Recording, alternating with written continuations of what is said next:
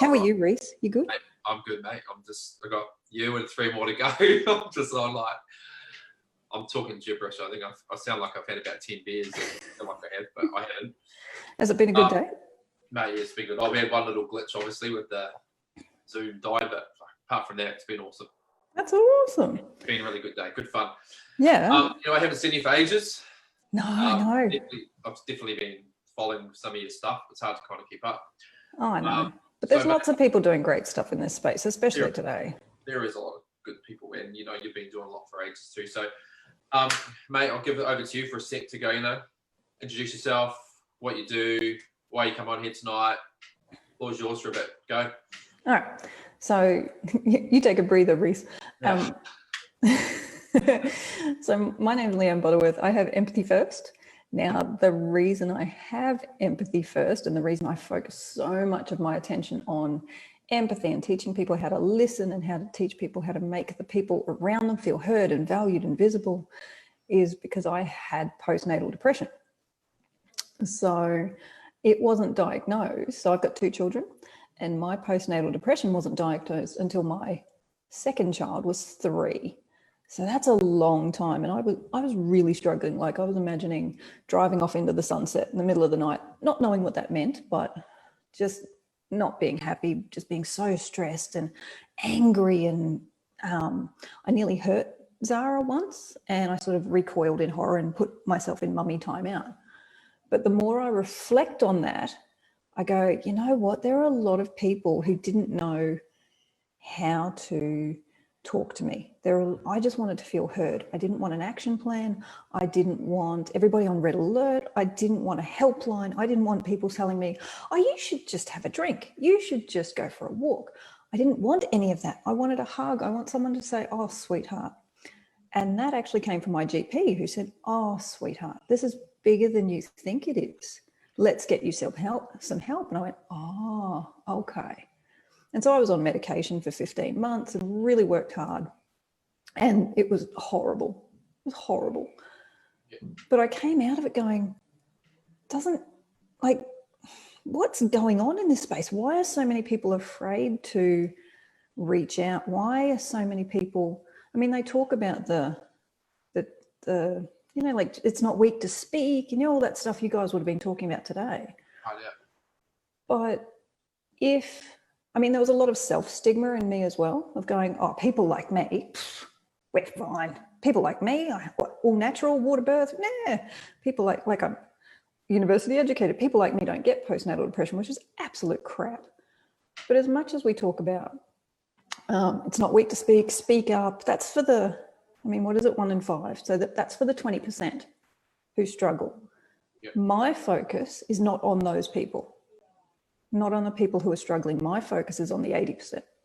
My focus is on the 80% to make the 20% feel safe and loved and important.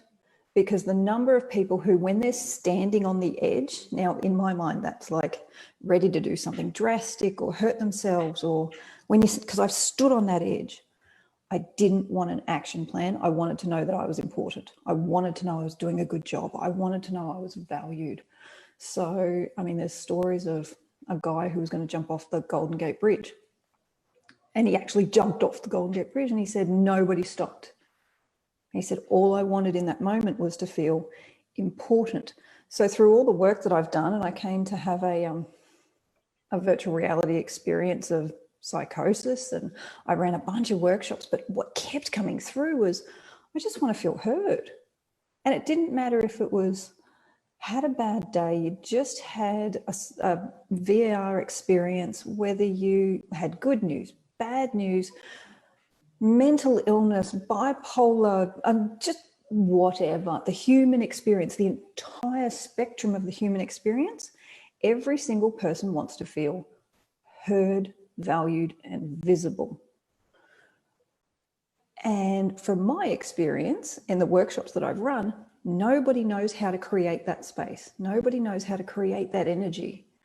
And so what I try to do is go, okay, yes, I talk about empathy, but you don't have to have been through it in order to empathize with somebody. I don't need to have lost a child, been through a divorce, whatever. I don't need to have gone through it, because people kind of use that as a crutch and go, well, I've never been through it. I don't know what he's going through. I cannot empathize. You go, no. That person there, at their absolute human core, wants to feel heard, valued, and visible.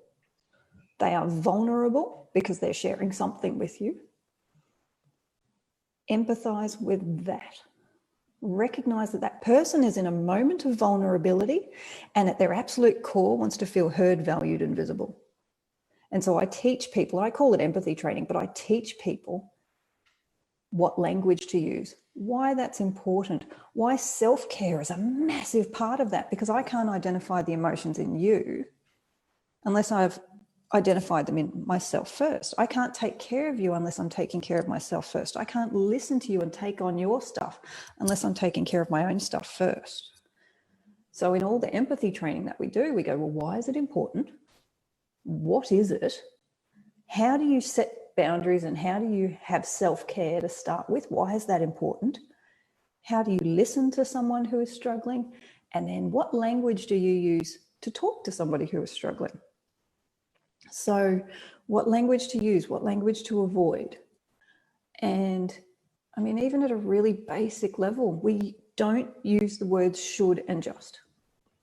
Get rid of them out of your vocabulary. You should just go for a walk. You should just have a drink. You should just talk to HR.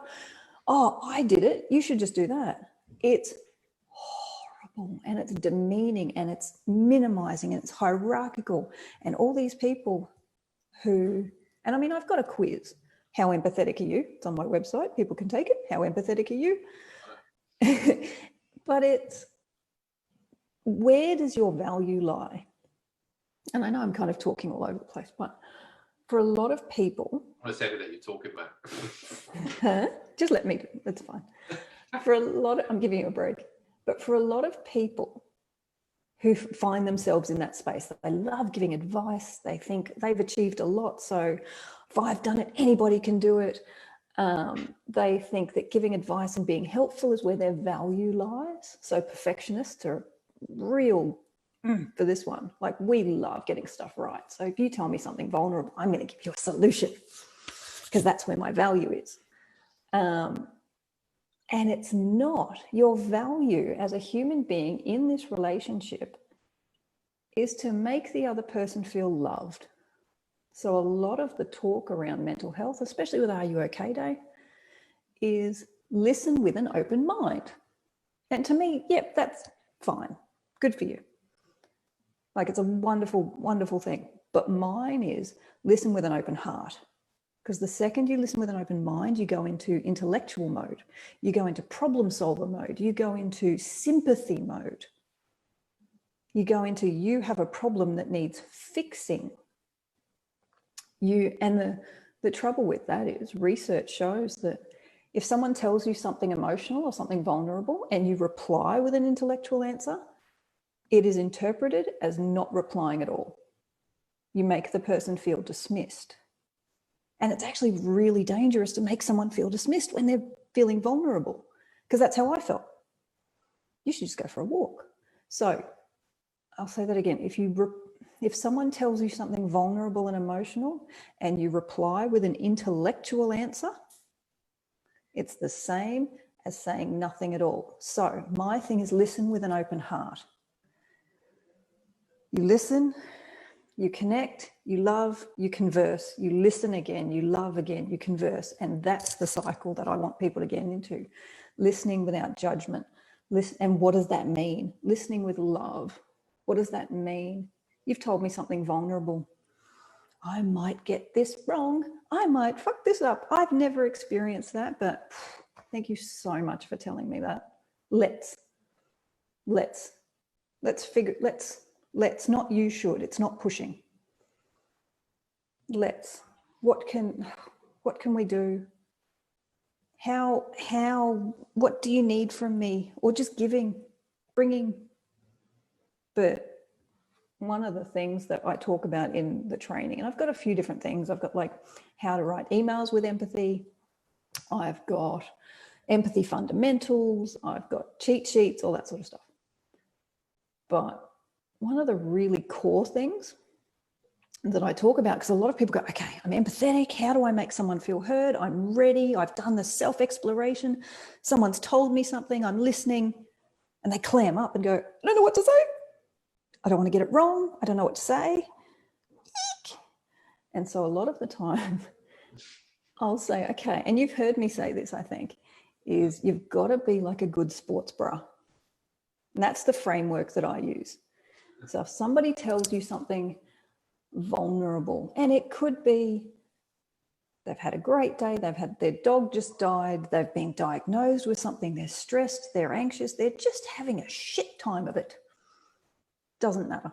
It's not your job to diagnose. They could be having a panic attack, a psychotic episode. To me, it's not your business. You've got a human in front of you who wants to feel heard. So to me, you go, you lift, you say, thank you so much for telling me that. You're so important. And that's important that you told me that. So you lift, you support, because that's what a good sports bra does.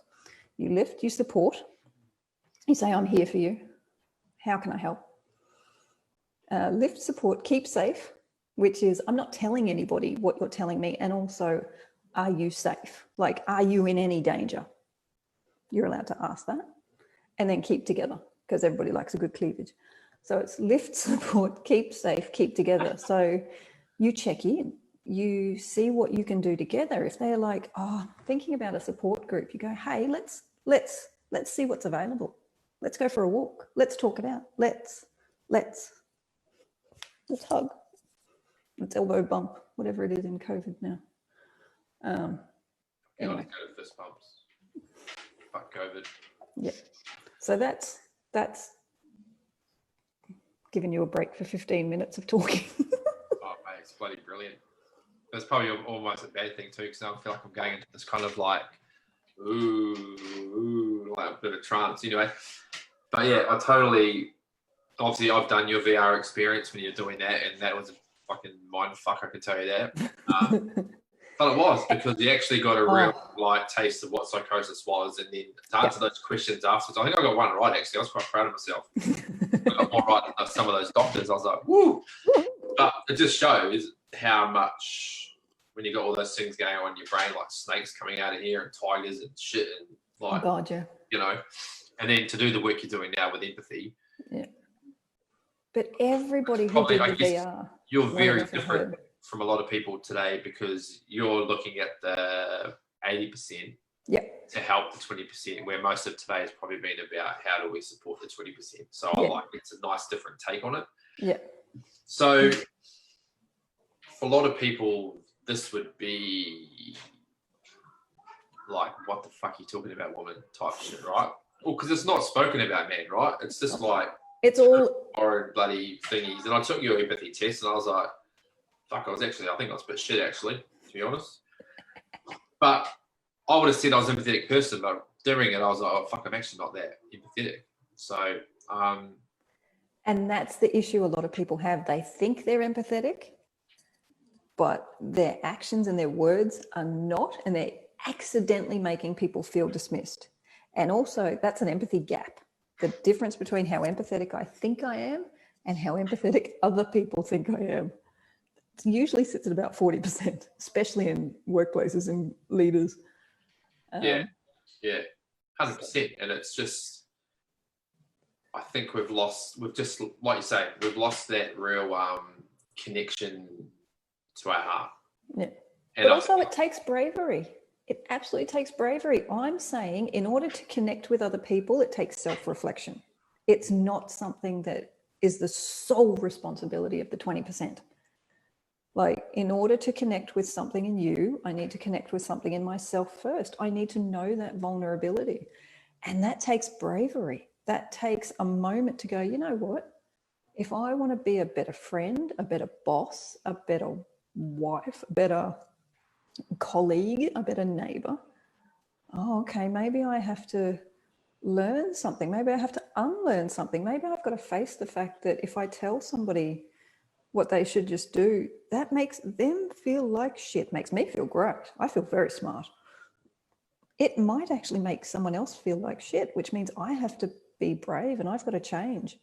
And a lot of the language out there around mental health is not about people growing it's almost like you've got to have a mental illness in order to qualify. Yeah. But I'm like, no. Oh, like, be brave. Be brave in order to be a better boss, be a better friend. And that takes self-reflection. It takes a quiz. It takes I actually love giving advice to people. I wonder if I do it when it's the wrong time. I wonder if I do it without consent. What if I should just shut the fudge up? Yeah, and clearly I'm rubbish at it because I just talk nonstop.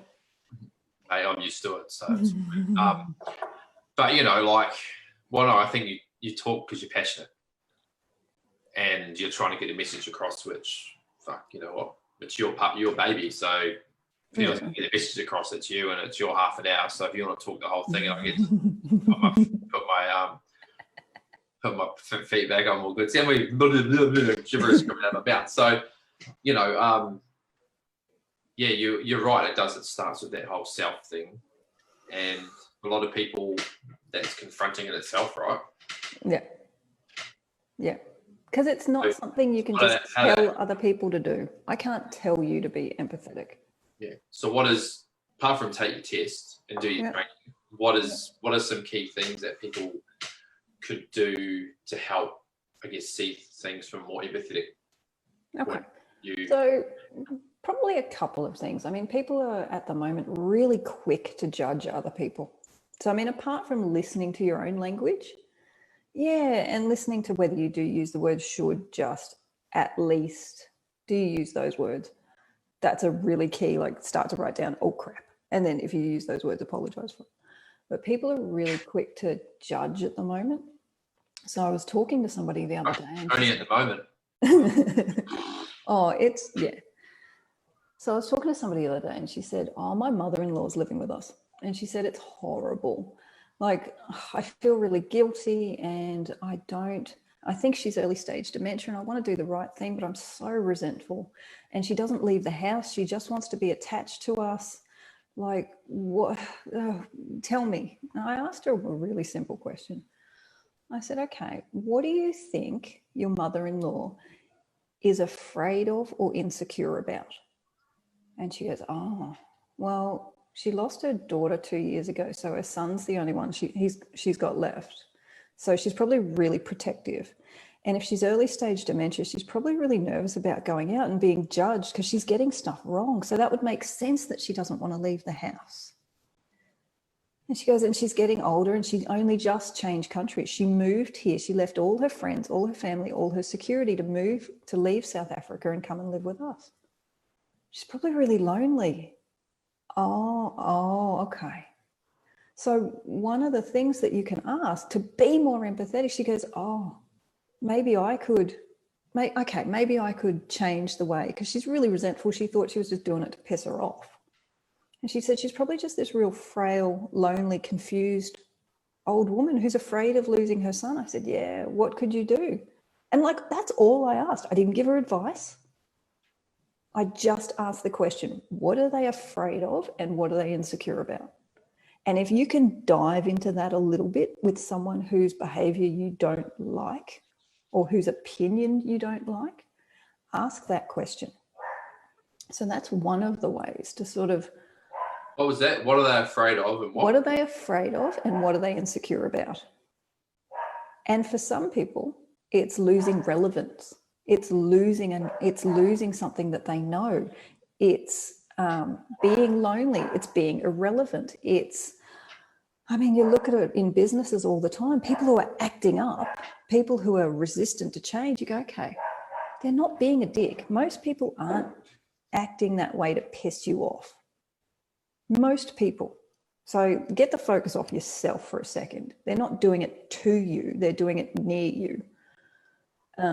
But ask yourself the question, okay, if they're acting like this, whatever it is, what could they be afraid of? And that takes out the mental illness side. I mean, if someone has psychosis, they're probably afraid of their own thoughts. They're probably afraid of their own actions. They're probably terrified.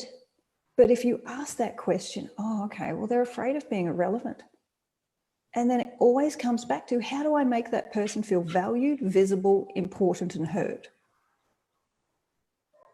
Because if they are afraid, I bet you they want to tell somebody about it, and nobody's ever asked. So they're acting out because, I mean, everybody acts out as an inner child sometimes. You have the little tantrum. Nobody's listening to me. I'm going to yell louder. I'm going to have my little tanty. We all do it. Bloody hell, we do. Yeah, especially if you don't feel those things. If you feel like you have to scream in order to be heard, you're going to act out in different ways. Yeah. But it's, again, it comes back to fear and insecurity almost every time. And if you can ask that question and go, okay, what are they afraid of? What are they insecure about? Oh, what am I afraid of? What am I insecure about? Yeah. That gives you an insight. You don't need to know a diagnosis. You don't need to know anything about that person, except to go, oh, okay, well, that makes perfect sense then. I don't like it. I don't have to like your behavior, but it makes perfect sense why you would be acting that way. How can I sports bra you? How can I make you feel? How can I sports bra you like that? But how can I lift you up, make you feel like I support you and I value you and you're safe? Kick him out. Kick him out. Goodbye, mother. But that's the question that you ask. So yeah, I like that. They're really powerful. I like that. What are you afraid of? Yeah. What are you afraid of? What are they afraid of? Because that's it could go both ways, right? Absolutely. Okay. Oh, absolutely. Because if you're acting up, you go, what am I afraid of? And it might be rejection. I mean, I know it about myself. I'm terrified of rejection. And it stops me in my business occasionally, and it stops me in all sorts of different relationships. Hey, baby. So do you need anything? A cup of tea, please. Thank you. But that's the thing. Like, I know that about myself. And so it takes bravery to go, meh, just going to put it out there. If they reject it, they reject it. I'll find my people. My people will find me. People who are into this will find me. People who go, yeah, empathy's not my thing. I'm like, that's for other people. Everyone else can get fucked. They're not my people. But that's true, right? Like, everyone connects with different people. And oh, absolutely. some are going to go, yep, and some are going to go, no. Yep. Some people are just going to go, what the fuck's empathy? Yeah, exactly. Like, no. Can I throw money at it and can I make it someone else's problem? No and no. Yeah, not for me. No, not going to work. Yeah, exactly. Well, exactly. That's so true. It's so true. So, what would be like? Yeah, it's definitely opened my eyes up to empathy on a different level. That's for sure, mate. Especially those few questions that you spoke about then, like pretty powerful, even in just in everyday life. Oh God, yeah. Stuff like mental health or not doesn't matter. Yeah. I love the sports bra. Well, it is. How can we support you? Like, yeah, lift, support, keep safe, keep together. Not to want to walk around the streets going, oh, hey, how can I support you? And they're going to go, oh, what's this fucking weirdo doing, right? But at the end of the day, it's about going, well, making people feel like we can support them. Oh, absolutely. But also, if you want to get more empathy into other people's situation, you write down, and you're talking about everyday life. Yeah. Write down a list of everything you're grateful for. You know how everybody's supposed to have a gratitude journal? It's all very exciting. Gratitude journal. Yep. Okay. Go through one by one on your gratitude journal and cross it off. And go, okay, I'm grateful for the roof over my head. Oh, okay, cross it off. How would I be feeling? What would I be afraid of if I didn't have a roof over my head? Okay, so how would that have come to pass? Okay, so let's say lost my job. Let's say I couldn't pay the mortgage. Let's say I didn't have friends and family, and suddenly I'm living in my car, because that's a real possibility. Yep. Okay, would I want to be judged in that situation? Would I want people to call me homeless, call me names, spit on me, call me a bad mother, say that I'm not good enough, say I don't deserve JobKeeper, say that, is that how I would want to be treated? No. Okay, well, that's not how other people want to be treated. Let's cross the next one off.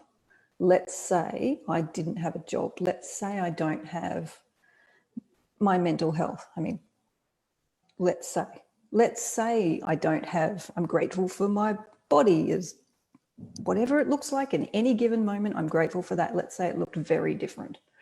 Let's say I was 200 kilos heavier because of a medical condition. Yeah. Would I want to be judged for that? And the reason I look at that really closely is because if I had hurt my daughter in that moment, if in that split second moment, if I had hurt my daughter, not a single person would have been empathetic towards me. They would have gone, how could a mother do that? Yeah, how dare you? How dare you? Yep. And I'm thinking, you silly lady. Absolutely, you don't deserve to have children because of a split second moment while I was not well. And not a single person would have gone, oh, sweetheart, how much stress must you have been under? How hurt must you have been? How lonely, how afraid? Not a single person would have asked that question. I would have been on the front page of the news. Yep, 100%. So that's a big driver. Massive driver, and that makes sense. And I'm sure a lot of people can hopefully relate to that tonight. And mate, drawing to a close. So what's your 100%. What's your final message for us tonight around? Don't be a dick. Don't be a dick. If you are a dick, stop being a dick. Stop being a dick. Good. That's it. Don't be a dick. Okay. Don't be a dick. Hey, it makes sense.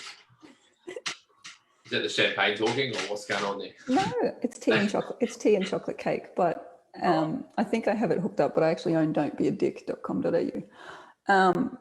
But yeah, I'm at empathyfirst.com.au. If people want to find me, if they want to do the quizzes, if they want to reach out, talk to me, ask questions. Look, your tea has arrived. Do the quiz. It's always a bit of a laugh. Do the quiz. Yep, that is very good. Very good. All right, mate. It's been good to see you. You're a champion. I don't know. I've got an hour and a half to go, so. You can do it. Yep. Easy as. All right. Hugs and kisses to little one. All right. Stay safe. Stay well. You too, mate. Take care. Thank you. We'll catch up soon. See you, mate. Thank you for this. Bye. No worries. Thank you. Cheers.